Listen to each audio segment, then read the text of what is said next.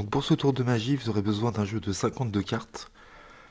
Et vous aurez besoin de 4 10. Donc vous allez prendre deux fois le même 10. Donc j'ai pris deux fois le 10 de cœur et deux fois le 10 de trèfle. Et vous allez enlever le 10 de pique et le 10 de carreau de ce jeu-là. Voilà. Après je vais vous expliquer, vous pourrez utiliser 4 10 différents. Vous avez plein de possibilités pour ce tour. Mais le mieux, je pense, c'est d'avoir deux fois le 10 de trèfle et deux fois le 10 de cœur. Vous allez voir pourquoi. Donc vous allez placer ces cartes-là, tous les 9. Donc vous faites 1, 2, 3, 4, 5, 6, 7, 8 et vous placez le 10 de cœur. 9. Vous comptez 9 cartes. 1, 2, 3, 4, 5, 6, 7, 8 et vous mettez le 10 de trèfle. 1, 2, 3, 4, 5, 6, 7, 8, le 10 de cœur. 1, 2, 3, 4, 5, 6, 7, 8 et en 9e, le 10 de trèfle. Voilà, vous êtes prêts à commencer votre tour. Donc le spectateur va devoir choisir un chiffre entre 1 et 52. En réalité, il pourra choisir un chiffre entre 11 et 49, ce qui vous laisse pas mal de marge quand même au niveau du choix. Donc, si le spectateur vous dit moins que 11, vous pouvez lui dire choisissez un autre numéro et vous allez faire le total. Vous allez additionner ces deux chiffres-là, d'accord?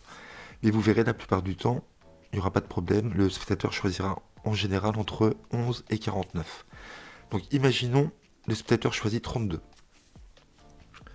Vous lui dites prenez le jeu et vous allez distribuer les cartes une à une, face cachée, sur la table. Donc il va compter 32, 2, 3, 4, 5, 6, 7, 8, 9, 10, 11, 12, 13, 14, 15, 16, 17, 18, 19, 20, 21, 22, 23, 24, 25, 26, 27, 28, 29, 30, 31, 32. Vous lui dites de déposer les cartes qu'il a en main et de prendre des cartes distribuées.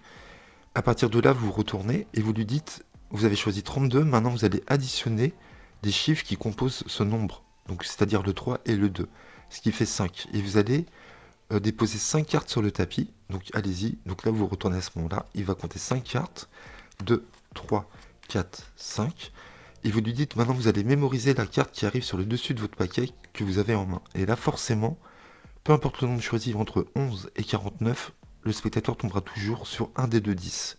Mais vous ne savez pas lequel. Vous ne savez pas si c'est le 10 de cœur ou le 10 de trèfle. Vous voyez là, il tombe sur le 10 de cœur. Et donc, pour deviner si c'est le 10 de cœur ou le 10 de trèfle, il va falloir poser des questions. Mais une seule question suffira. Vous lui demandez juste si sa carte est rouge ou noire. Ou alors vous pouvez dire je pense que votre carte est rouge. Est-ce exact? Il vous dit oui ou non. En posant une seule question, vous saurez exactement si c'est le 10 de cœur ou le 10 de trèfle. C'est pour ça qu'au début du tour, on a pris deux fois la même carte. Donc si vous ne voulez pas faire comme ça, vous pouvez très bien prendre 4 10 différents, pique, cœur, trèfle, carreau. Mais dans ces cas-là, ce qui me dérange un peu, c'est que vous allez devoir poser deux questions. D'accord? Donc vous allez poser la première question, est-ce qu'elle est rouge ou noire? Ou vous dites, je pense qu'elle est rouge. Je pense que c'est mieux de dire, je pense qu'elle est rouge, est-ce que c'est le cas? Plutôt que de dire, est-ce qu'elle est rouge ou noire? Vous voyez? Donc je sais pas, ça à vous de voir. Et vous allez devoir poser comme question ensuite, si vous dites rouge par exemple, vous allez devoir dire si c'est du carreau ou du cœur, vous voyez. Et à partir de là, vous saurez la valeur, parce que ça sera toujours un 10. Mais vous posez deux questions. Alors qu'en utilisant deux fois le même 10, vous poserez qu'une seule question. Donc voilà, c'est à vous de voir quelle version vous préférez faire. Vous les placez tous les 9 à chaque fois, et donc peu importe le nombre choisi, il tombera toujours sur un 10. Donc bien sûr, l'inconvénient de ce tour, c'est pour faire vérifier le jeu.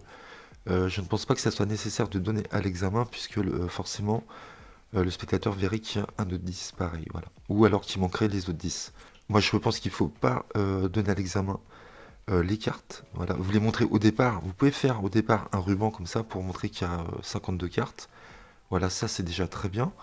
Mais à la fin, ne donnez pas l'examen. Ce que vous faites, dès que vous avez fini votre tour, vous prenez vos cartes, vous les rangez dans l'étui, vous passez à un autre tour. Je pense que la meilleure version à faire, c'est d'avoir deux mêmes 10 comme je vous ai fait ici. Et au moment de la révélation, ce que vous pouvez faire, c'est ne pas vous retourner du tout, hein.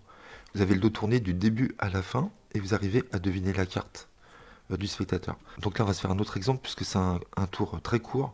Donc imaginons le spectateur choisit 14. Allez, il va faire 1, 2, 3, 4, 5, 6, 7, 8, 9, 10, 11, 12, 13, 14. Il va faire 1 et 4, 5. Il va distribuer 5 cartes. 1, 2, 3, 4, 5. Il va regarder la carte ici. Et vous voyez, à chaque fois, on arrivera sur un 10. Soit le 10 de trèfle, soit le 10 de cœur. Voilà pour ce petit tour automatique qui est très sympa, je trouve. N'hésitez pas à liker, à commenter et à vous abonner. On se retrouve très vite pour un autre tour automatique que je vous proposerai demain, je pense, qui est vraiment très fort, vous allez voir. Voilà, je vous dis à bientôt les amis. Merci à vous. Bye bye.